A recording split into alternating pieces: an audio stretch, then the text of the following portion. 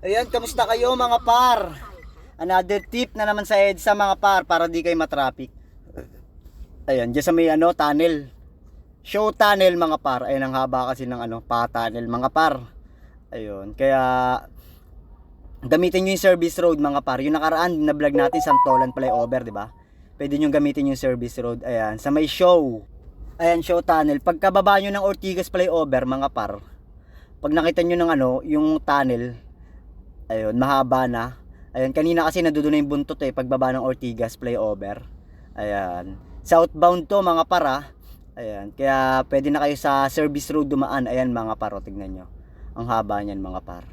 Ayan, tip na naman ni Kuya Kebs yan mga para di kayo matraffic sa EDSA. Ayun ilang lane yan yung gumagana sa service road. 3 lane yan ayan yung sa may tunnel, 2 lane lang yan Siksikan sila diyan, di ba?